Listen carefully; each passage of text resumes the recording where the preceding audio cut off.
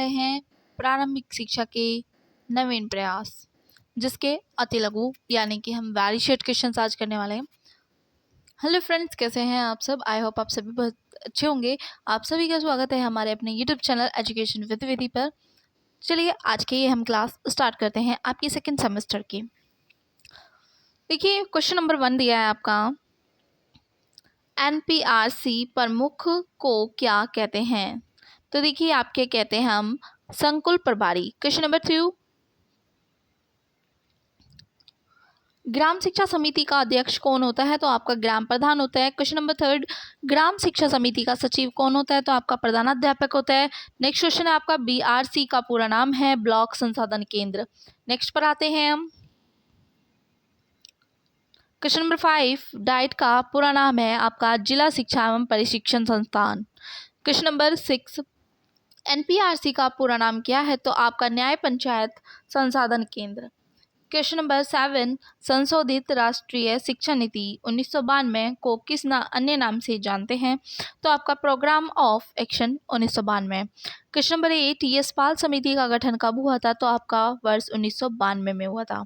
Question number 9, शिक्षा बिना बोझ के यह रिपोर्ट यशपाल समिति द्वारा कब प्रस्तुत की गई? आपकी 1993 में प्रस्तुत की गई। क्वेश्चन नंबर 10, नियोपा का अध्यक्ष कौन होता है? तो आपका नियोपा का अध्यक्ष होता है अवकाश प्राप्त आईएएस। क्वेश्चन नंबर 11, नियोपा का मुख्यालय कहाँ स्थित है? तो आपका दिल्ली में है। क्वेश्चन नंबर 12, आरटी का पूरा नाम right to education. Question number 13, वर्तमान में शिक्षा को किस सूची में रखा गया है? तो आपकी समवर्ती सूची में रखा गया है। क्वेश्चन नंबर 14, भारतीय शिक्षा आयोग का गठन कब हुआ था? तो आपका वर्ष 1882 में हुआ था। क्वेश्चन नंबर 15, काठौरी आयोग का गठन कब हुआ था? तो देखिए यहाँ पे काठौरी आयोग का गठन आपका 14 जुलाई 1964 को हुआ। क्वेश्चन नंबर 16, काठौरी आयोग के अध्यक्ष कौन थे? तो आपके थे professor DS. Kothari. Question number 17, समवर्ती सूची में दिए गए विषयों पर नीति एवं कानून बनाने का अधिकार किस राज्य सरकार को है? तो आपका केंद्र एवं राज्य सरकार दोनों को। क्वेश्चन नंबर 18, भारत के एक पंथ निरपेक्ष राष्ट्र की घोषणा का उल्लेख कहाँ पर है? तो आपके संविधान के 42वें संशोधन में। क्वेश्चन नंबर 19, पाठशालों को बाग, शिशु को पौधा और शिक्षक को मालिक कहने वाले विचारक का नाम लिखे। तो आपका फ्रॉबेल है। क्वेश्चन नंबर 20, प्रयोजनवाद इसमें किसमें आस्था नहीं रखता? तो आपका ईश्वरीय सत्ता में। क्वेश्चन नंबर 21, प्रसन्न शिक्षण विधि के जनक कौन है? तो आपके सुकरात हैं। नेक्स्ट क्वेश्चन है, प्रकृति को दूसरे किस नाम से जाना जाता है? तो आपका भौतिकवाद के नाम से जाना जाता है। क्वेश्चन नंबर 23, फ्रॉबेल ने किंडरगार्टन का प्रारंभ किया? तो आपका 1839 में। क्वेश्चन नंबर 24, राष्ट्रीय शिक्षा संस्थान कहाँ स्थित है? आपका इलाहाबाद में। क्वेश्चन नंबर 25, राज्य विज्ञान शिक्षा संस्थान कहाँ स्थित है? आपका इलाहाबाद में। नेक्स्ट क्वेश्चन है, राज्य हिंदी संस्थान कहाँ स्थित है? आपका वाराणसी में। ओंगल भाषा शिक्षण संस्थान कहाँ स्थित है? आपका इलाहाबाद में। नेक्स्ट क्वेश्चन है, मनोविज्ञान का निर्देशन विभाग कहाँ स्थित है? आपका इलाहाबाद में। देखिए गाइस, एक बार से ही पढ़ने से कुछ भी याद नहीं होता है, आपको कम से कम 2 से 3 बार पढ़ना होता है, जब जाके आपको याद होती हैं चीज़ें। तो आप इसको कम से कम क्लास को 2 से 3 बार जरूर देखिएगा। और प्लीज़ जिन्होंने अभी तक लाइक नहीं किया जल्दी से लाइक करें, और जिन्होंने अभी तक चैनल को भी सब्सक्राइब नहीं कर रखा है वो जल्दी से चैनल को सब्सक्राइब करें, क्योंकि आपके लिए ये अपडेट सारी यहाँ पे मिलेंगी। और सबसे इम्पॉर्टेंट बात है कि आपको सही कंटेंट, और एक तरीके से मैं स्पीड से काफ़ी पढ़ाती हूँ तो आप देख सकते हैं। और मैं रेगुलेशंस नहीं तोड़ती, मेरे ये कुछ रूल्स हैं। मैं टाइम टू टाइम क्लासेस लेती हूँ। ऐसा नहीं है कि मैं ऑफ हूँ, जब ऑफ होगा तो मैं बता देती हूँ ऑलरेडी। ऐसा नहीं है कि आज क्लास कराई 2 दिन बाद कराई, ऐसा नहीं है। मैं रेगुलर क्लासेस कराती हूँ। नेक्स्ट क्वेश्चन है, राज्य शैक्षिक तकनीकी संस्थान कहाँ स्थित है? आपका लखनऊ में। क्वेश्चन नंबर 30, राज्य परियोजना कार्यालय कहाँ स्थित है? आपका लखनऊ में। क्वेश्चन नंबर 31, सीमेट कहाँ है? आपका इलाहाबाद में। क्वेश्चन नंबर 32, उच्च अध्ययन शिक्षा संस्थान कहाँ स्थित है? आपका इलाहाबाद में। SCERT का पूरा नाम बताइए। तो शैक्षिक राज्य अनुसंधान और प्रशिक्षण परिषद। नेक्स्ट क्वेश्चन पर आते हैं, राज्य शैक्षिक अनुसंधान और प्रशिक्षण परिषद का गठन किस वर्ष हुआ था? तो आपका 1981 में हुआ था। क्वेश्चन नंबर 36, राष्ट्रीय शैक्षिक अनुसंधान और प्रशिक्षण परिषद का गठन किस वर्ष हुआ? तो 1961 में हुआ। क्वेश्चन नंबर 37, पोषाहार वितरण योजना क्या है? शिक्षा में सबको समान अवसरों की उपलब्धता सुनिश्चित करने हेतु समाज के अत्यंत दुर्बल है और अपवंचित वर्ग के छात्रों को, जहां अभिभावकों के लिए 2 वक्त का पूरा भोजन जुटाना परिवार के लिए मुश्किल होता है, ऐसे बच्चों को विद्यालय में आकर्षित करने हेतु सरकार द्वारा मध्याह्न भोजन योजना चालित की गई। एनसीटीई का पूरा नाम है राष्ट्रीय अध्यापक शिक्षा परिषद। सीमेट का पूरा नाम है आपका राज्य शैक्षिक प्रबंधन एवं प्रशिक्षण संस्थान। सीमेट का गठन कब हुआ था? तो आपका 1995 में हुआ था। राज्य शैक्षिक प्रबंधन एवं प्रशिक्षण संस्थान कहाँ स्थित है? आपका इलाहाबाद में। क्वेश्चन नंबर 42, राष्ट्रीय अध्यापक शिक्षा परिषद की स्थापना कब की गई थी? तो आपका वर्ष 1995 ईस्वी में की गई थी। क्वेश्चन नंबर 43, आपका राष्ट्रीय अध्यापक शिक्षा परिषद में कुल कितने सदस्य होते हैं? आपके 41 होते हैं। स्कूल चलो अभियान किस वर्ष उत्तर प्रदेश में लागू किया गया? तो वर्ष 2004 में। सर्व शिक्षा अभियान का गठन किस वर्ष हुआ था? तो वर्ष 2001 में। SCE का पूरा नाम था आपका, ECCE का पूरा नाम था early child care and education. Question number 47, DPE ये आपका DPEP का पूरा नाम, तो आपका जिला प्राथमिक शिक्षा कार्यक्रम। नेक्स्ट क्वेश्चन पर आते हैं। DPEP का आरंभ वर्ष है आपका 1997। ये आपका DPEP। नेक्स्ट है क्वेश्चन नंबर 49, DPEP के प्रथम, द्वितीय तथा तृतीय चरण में चयनित जनपदों की संख्या बताइए। तो आपकी प्रथम चरण में 50 से 60 जनपद हैं। द्वितीय चरण में आपका 22 जनपद हैं। तृतीय चरण में आपके 32 जनपद हैं। जनपद कहते हैं आपके जिलों को। Question number 50, Uttar Pradesh basic शिक्षा परियोजना कब से प्रभावी है? तो आपका 5 अक्टूबर 1993 से। Question number 51, Uttar Pradesh basic शिक्षा परियोजना में चयनित जनपदों की संख्या है आपकी 10। नेक्स्ट पर आते हैं हम। क्वेश्चन नंबर 52, संविधान के अनुच्छेद 21 में किससे संबंधित संस्तुतियां की गई हैं? तो आपका निःशुल्क एवं अनिवार्य शिक्षा का अधिकार अधिनियम 2009 बनाया गया है। क्वेश्चन नंबर 53, OB का पूरा नाम बताइए। तो ऑपरेशन ब्लैक बोर्ड योजना। नेक्स्ट क्वेश्चन है, SOPT का पूरा नाम बताइए। प्राथमिक अध्यापकों का विशेष अनुस्थापन कार्यक्रम, special orientation program for teacher. Question number 55, संपूर्ण साक्षरता अभियान की स्थापना कब की गई थी? तो 5 मई सन 1988 ईस्वी में। क्वेश्चन नंबर 56, पोषाहार वितरण योजना कब गठित हुई? तो आपका 15 अगस्त 1995 में। नेक्स्ट पर आते हैं, न्यूपा का पूरा नाम बताइए। राष्ट्रीय शैक्षिक आयोजन एवं प्रशासनिक विश्वविद्यालय। न्यूपा का प्रधान कौन होता है? तो देखिए, निदेशक होता है आपका। क्वेश्चन नंबर 59, नई शिक्षक प्रशिक्षण संस्थाओं को विकसित करने का दायित्व किसे सौंपा गया? तो आपका आंसर हो जाएगा, यह दायित्व प्रत्येक जिले की जिला शिक्षा एवं प्रशिक्षण संस्थाओं डाइट पर है। क्वेश्चन नंबर 60, DPEP का पूरा नाम जिला प्राथमिक शिक्षा कार्यक्रम। नेक्स्ट क्वेश्चन है आपका, जिला प्राथमिक शिक्षा कार्यक्रम कब प्रारंभ हुआ? तो आपका 1994 में हुआ। क्वेश्चन नंबर 62, 1997 में DPEP द्वितीय के अंतर्गत उत्तर प्रदेश के कितने जिले आते हैं? आपके 22 जिले चुने गए हैं। स्कूल रेडीनेस कार्यक्रम का अर्थ है, इसे विद्यालय शिक्षा की तैयारी कहते हैं। इसका दूसरा नाम विद्यालय उन्मुख कार्यक्रम है। क्वेश्चन नंबर 64, विद्यालय उन्मुखी कार्यक्रम का आपका प्रोग्राम का क्या तात्पर्य है? तो विद्यालय उन्मुख प्रोग्राम का अर्थ है विद्यालय की ओर उन्मुख करने वाला कार्यक्रम, अर्थात वह कार्यक्रम जिसके द्वारा बच्चे विद्यालय के प्रति आकर्षित हो। क्वेश्चन नंबर 65, विद्यालय उन्मुखी कार्यक्रम की संकल्पना क्या है? इस प्रोग्राम के अंतर्गत कक्षा 1 से प्रारंभिक 6 सप्ताह में से 2 माह की अवधि तक उन बच्चों को पूर्व प्राथमिक शिक्षा के अनुभव दिए जाते हैं और उन्हें विद्यालय के लिए तैयार किया जाता है, इसलिए इस कार्यक्रम को स्कूल रेडीनेस कार्यक्रम कहते हैं। नेक्स्ट क्वेश्चन है 66, संपूर्ण साक्षरता अभियान के अंतर्गत सर्वप्रथम साक्षर होने वाला राज्य कौन सा है? तो आपका केरल है।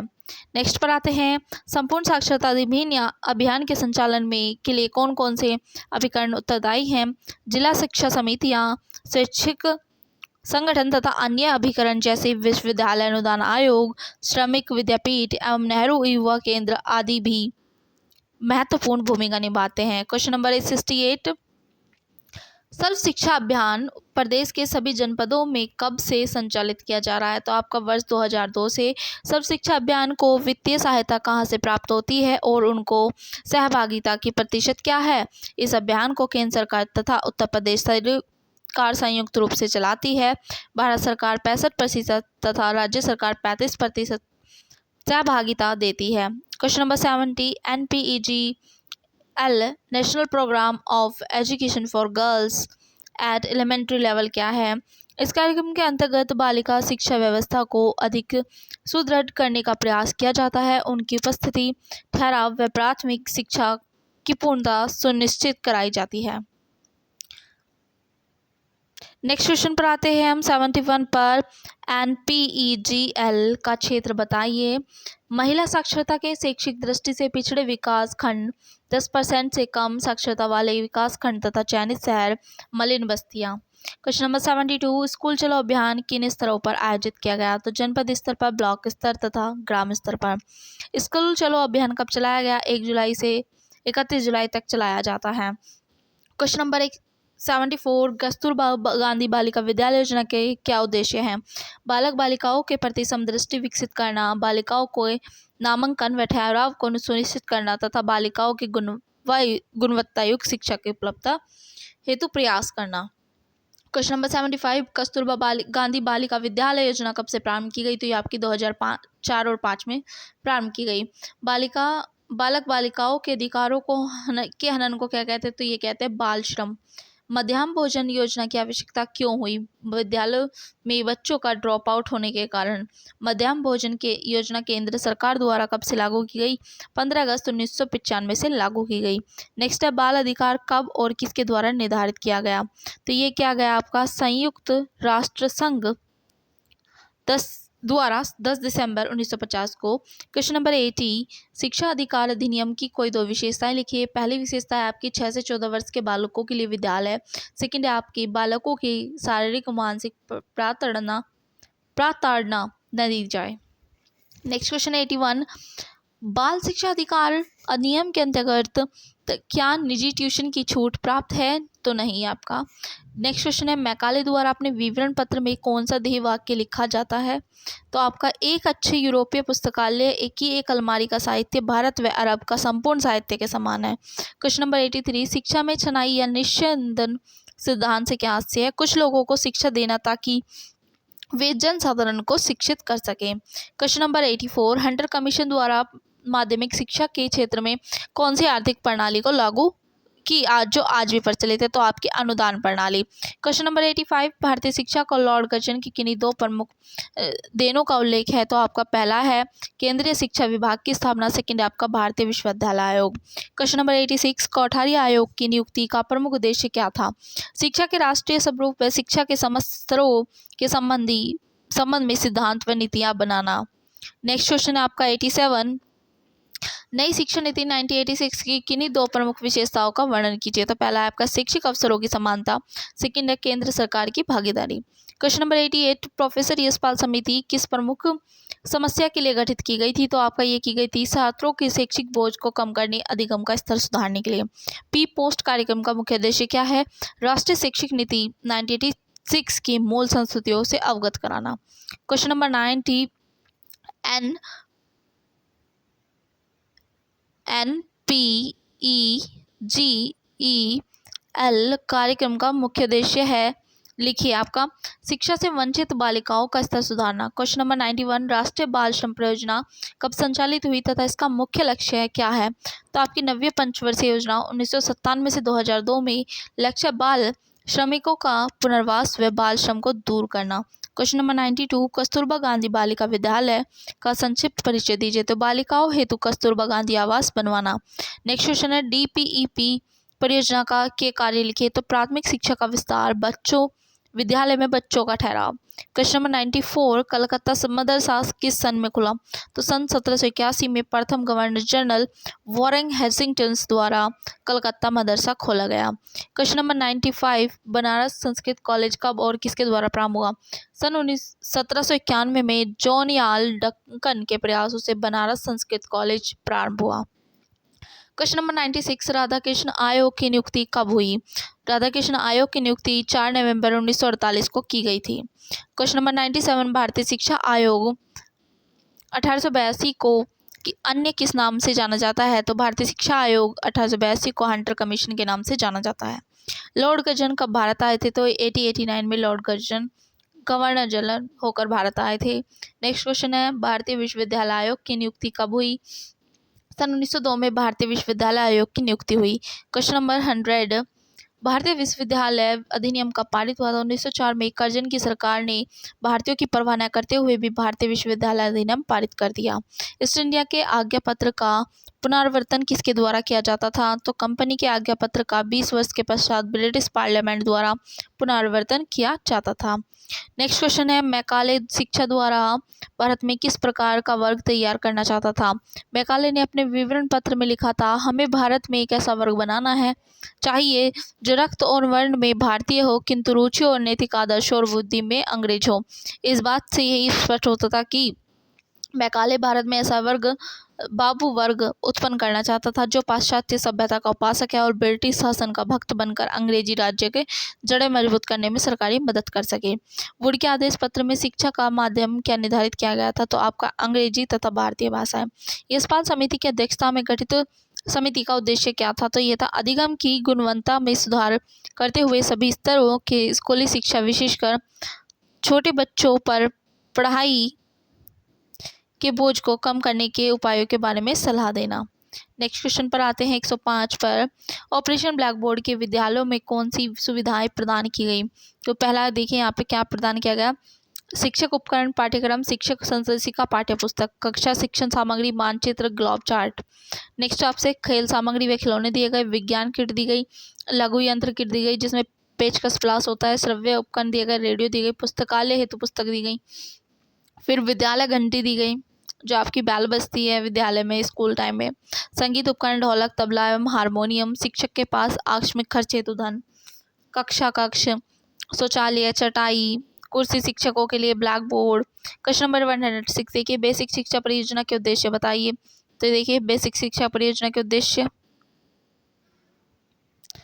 गाइस यहाँ पे क्वेश्चन का आंसर मिसिंग हो गया है, इसके लिए मैं आपसे माफ़ी चाहूँगी। नेक्स्ट क्वेश्चन पर आते हैं, प्राथमिक चरण में DPEP देश के किन राज्यों में लागू की गई?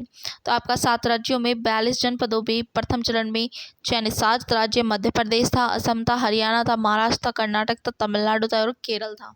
नेक्स्ट क्वेश्चन पर आते हैं, ड्रॉप आउट के संदर्भ में DPEP का क्या उद्देश्य था? तो आपका ड्रॉप आउट की दर 10% कम करना तथा धारण क्षमता को 90% तक बढ़ाना।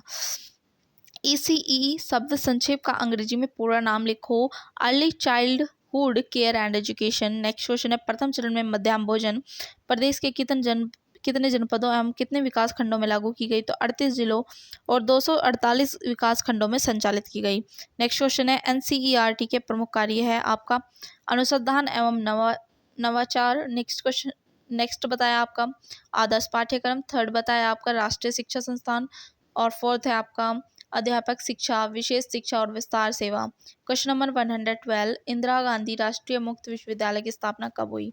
तो आपकी 20 सितंबर 1985 को। 113 क्वेश्चन है, प्राथमिक शिक्षा के संदर्भ में अपव्यय एवं अवरोधन का अर्थ स्पष्ट कीजिए। देखिए आपका BTC 2016 में ये क्वेश्चन पूछा भी गया है और बार बार पूछे जाते हैं इस प्रकार के क्वेश्चन, आप यहाँ से पढ़ लीजिए, आपका सब कुछ कंप्लीट हो जाएगा। अपव्यय से हमारा तात्पर्य प्राथमिक शिक्षा पूरी किए बिना ही प्राथमिक शिक्षा के किसी स्तर से विद्यालय छोड़ देना है। हटक कमेटी के अनुसार अवरोध से हमारा तात्पर्य बच्चों का एक कक्ष में 1 वर्ष से अधिक समय के लिए रुकना। भारत में एक बड़ी मात्रा में छोटे छोटे अबोध बालक एक ही कक्षा में 1 से अधिक वर्ष के लिए रुक जाते हैं। नेक्स्ट क्वेश्चन है, पी मोस्ट कार्यक्रम का पूरा नाम लिखिए। सेवारत अध्यापकों का विस्तृत अभिविन्यास कार्यक्रम, program of mass orientation for school teachers, AOPT किस स्तर के अध्यापकों हेतु संचालित की गई? तो SOPT कार्यक्रम का आरंभ वर्ष 1993 से 94 में से किया गया।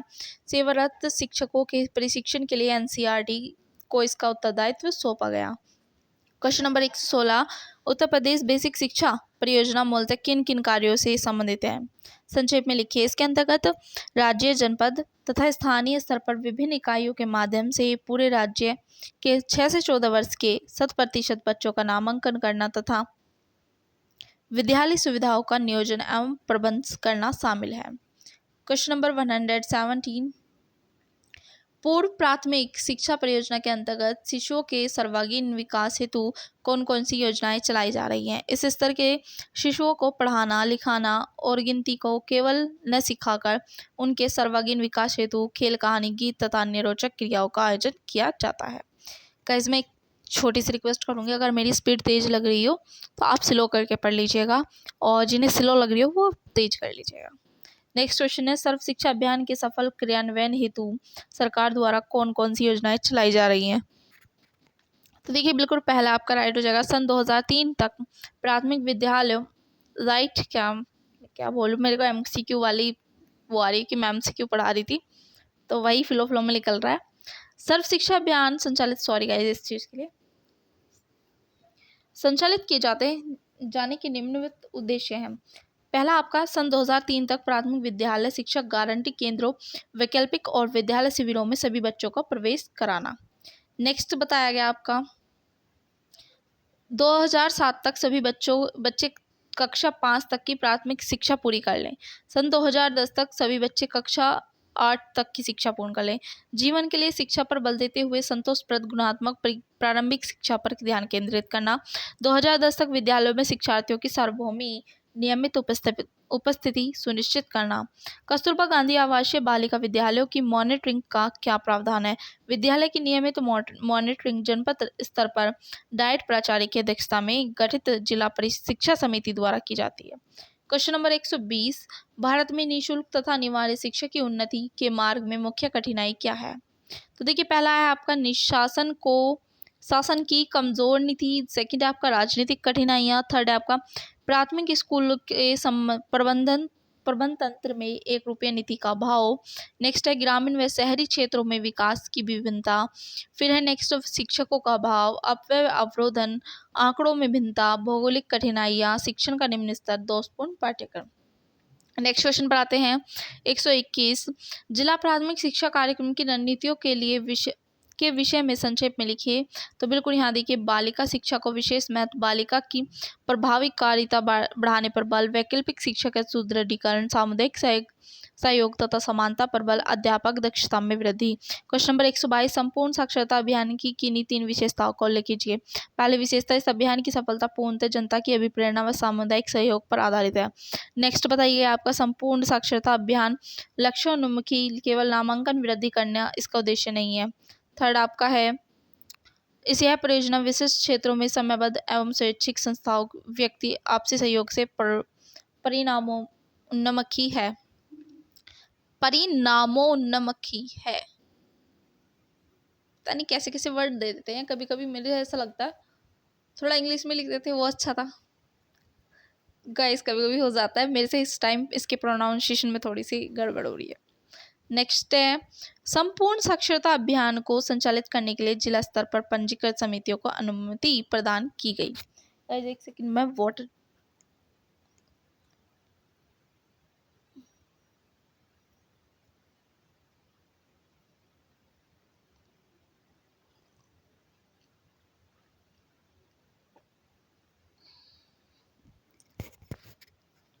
गाइस, एक्चुअल में गला सूख रहा था, मैंने सोचा पानी पी लेते हैं ताकि आप लोगों को थोड़ी थोड़ी प्रोनाउंसिएशन में कहीं कहीं लग रहा है मेरे को गड़बड़ सी हो गई है। तो देखिए आपका 123, सॉरी अभी तो ये रह रहा था पॉइंट आपका, इस कार्यक्रम के में बाह्य लक्ष्यों को शामिल नहीं करते हैं बल्कि लक्ष्यों की पूर्ति एवं सर्वे करा के की जाती है। क्वेश्चन नंबर 123, प्राथमिक शिक्षा में सर्वसुलभता से क्या आशय है? तो प्राथमिक शिक्षा की सर्वसुलभता की प्रथम सुविधा है विद्यालय का घर के निकट होना, जिससे बच्चे अकेले ही विद्यालय सुरक्षित रूप से कम समय में पहुंच सके। प्रत्येक छोटे से छोटे गाँव में विद्यालय स्थापित होना चाहिए। क्वेश्चन नंबर 124, प्राथमिक शिक्षा में सर्वव्यापी नामांकन से क्या आशय है? प्राथमिक विद्यालयों में 6 से 14 वर्ष तक प्रत्येक बालक तथा बालिका को अनिवार्य रूप से प्रवेश दिलाने को ही सर्वव्यापी मूल्यांकन कहा जाता है। छात्रवृत्ति वितरण योजना क्या है? प्रदेश सरकार द्वारा कक्षा 1 से 8 तक अध्ययनरत सभी अनुसूचित जाति जनजाति के छात्र छात्राओं को छात्रवृत्ति प्रदान की जाती है। कक्षा 1 से 6 तक के छात्रों को दे छात्रवृत्ति हेतु पात्रता की कोई आयु सीमा प्रतिबंधित नहीं है। समस्त योजना राज्य वित्त पोषित है। क्वेश्चन नंबर 126, समाज के प्रमुख कार्य लिखिए। समाज के प्रमुख कार्य हैं, समाज का प्रमुख कार्य बच्चों के लिए शैक्षिक संस्थानों की स्थापना करना तथा उन संस्थानों को चलाने हेतु वित्तीय सहायता प्रदान करना है। क्वेश्चन नंबर 127, मूल्य का अर्थ क्या है? मूल्य का अर्थ है किसी व्यक्ति या वस्तु का वह गुण जिसके कारण वह महत्वपूर्ण, सम्माननीय तथा उपयोगी हो जाए। नेक्स्ट क्वेश्चन पर आते हैं 128, बाल अपराध के प्रमुख बिंदु कितने प्रकार के होते हैं? आपका भुखमरी, गरीबी, अशिक्षा, उचित वातावरण का न मिलना आदि बाल अपराध के प्रमुख बिंदु हैं। क्वेश्चन नंबर 129, कलकत्ता मदरसा किस सन में खुला था? तो आपका 1781 में प्रथम गवर्नर जनरल वॉरेन हेस्टिंग्स द्वारा कलकत्ता मदरसा खोला गया था। Question number 130, Banaras Sanskrit college कब तथा किसके द्वारा खोला गया था? ये आपका खोला गया था 1791 में जोनावाला डंकन के प्रयासों से। नेक्स्ट पर आते हैं, मैकाले ने अपना विवरण पत्र कब प्रस्तुत किया? आपका 2 फरवरी 1935 को प्रस्तुत किया था। नेक्स्ट, वुड घोषणा पत्र के आधार पर कंपनी ने शिक्षा नीति कब घोषित की थी? तो आपकी ये की थी 19 जुलाई 1854 को। नेक्स्ट है 133, शिक्षा के व्यक्तिगत और सामाजिक उद्देश्य का समन्वय आवश्यक है क्योंकि शिक्षा व्यक्ति की खुशी और राज्य कल्याण के लिए है। यह कथन किसका है? यह कथन प्लेटो का है। क्वेश्चन नंबर 134, प्रारंभिक शिक्षा कब प्रारंभ होती है? तो 6 से 12 वर्ष की। नेक्स्ट पर आते हैं हम, क्वेश्चन नंबर 135, संविधान के अनुच्छेद 21(a) के भाग 3 के अंतर्गत मूल अधिकार में क्या निहित है? 6 से 14 वर्ष के बच्चों को निःशुल्क एवं अनिवार्य शिक्षा का मूल अधिकार। क्वेश्चन नंबर 136, कलकत्ता मदरसा की स्थापना कब और किसने की थी? आपके 1781 में प्रथम गवर्नर जनरल वॉरेन हेस्टिंग्स ने की थी। क्वेश्चन नंबर 133, मिशन स्कूलों की 4 विशेषताएं लिखिए। पहला, मिशन स्कूलों में अंग्रेजी माध्यम से शिक्षा दी जाती है। मिशन स्कूलों में ईसाई धर्म की शिक्षा दी जाती है। नेक्स्ट है आपका, मिशन स्कूलों में विद्यालय का समय निश्चित होता था। नेक्स्ट है, मिशन स्कूलों में रविवार को विद्यालय में अवकाश रहता था। नेक्स्ट क्वेश्चन पर आते हैं 138, SOPT का पूरा नाम special orientation for primary teacher. Next है, पी मोस्ट क्या है? तो पी मोस्ट सेवारत अध्यापकों का विस्तृत अभिविन्यास कार्यक्रम है जिसका उद्देश्य प्राथमिक शिक्षा को उन्नतशील बनाना है। Question number 140, operation black board योजना के अंतर्गत प्रत्येक विद्यालय को दी जाने वाली किन्हीं 4 वस्तुओं के नाम लिखिए। तो देखिए, पहला है आपका अध्यापक का विस्तृत अभिविन्यास कार्यक्रम, सेकंड है आपका लघु औजार किट, थर्ड है आपका गणित किट और 4 है आपका ब्लैक बोर्ड। क्वेश्चन नंबर 141, आपका राष्ट्रीय बल सम परियोजना का उद्देश्य क्या है? खतरनाक और जोखिम वाले धंधों तथा प्रक्रियाओं से बाल श्रम को बाहर निकालना और उनका पुनर्वास करना। 142 क्वेश्चन देखिए, लॉर्ड कर्जन की शैक्षिक नीतियों में शिमला शिक्षा सम्मेलन 1901 बताइए। लॉर्ड कर्जन ने सन 1901 में शिमला शिक्षा सम्मेलन का आयोजन शिक्षा सुधार कार्य का व्यवहारिक रूप प्रदान करने के लिए किया था। क्वेश्चन नंबर 143, राष्ट्रीय शिक्षा नीति 1992 में राष्ट्रीय शिक्षा व्यवस्था में क्या कहा गया? तो आपका 1992 में 10+2+3 की शिक्षा का संरक्षण के बारे में कहा गया। नेक्स्ट क्वेश्चन है, शिक्षा बिना बोझ के नाम शीर्षक किसके रिपोर्ट में प्रस्तुत की गई थी? ये आपका यशपाल समिति ने की थी। जिला प्राथमिक शिक्षा कार्यक्रम DPEP किस बैंक की वित्तीय सहायता से संचालित किया गया? तो आपका वर्ल्ड बैंक की सहायता से, विश्व बैंक कहते हैं जिसे। NCFTE 2009 क्या है? तो national curriculum framework for teacher education 2009, यह शिक्षा का प्रोग्राम तथा योजना है जो आगामी वर्षों में भारत आ सकती है। तो थैंक यू सो मच, मिलते हैं नेक्स्ट क्लास में। और जिन्होंने प्लीज़ लाइक नहीं किया तो लाइक करके जाइएगा। Thank you so much, bye bye.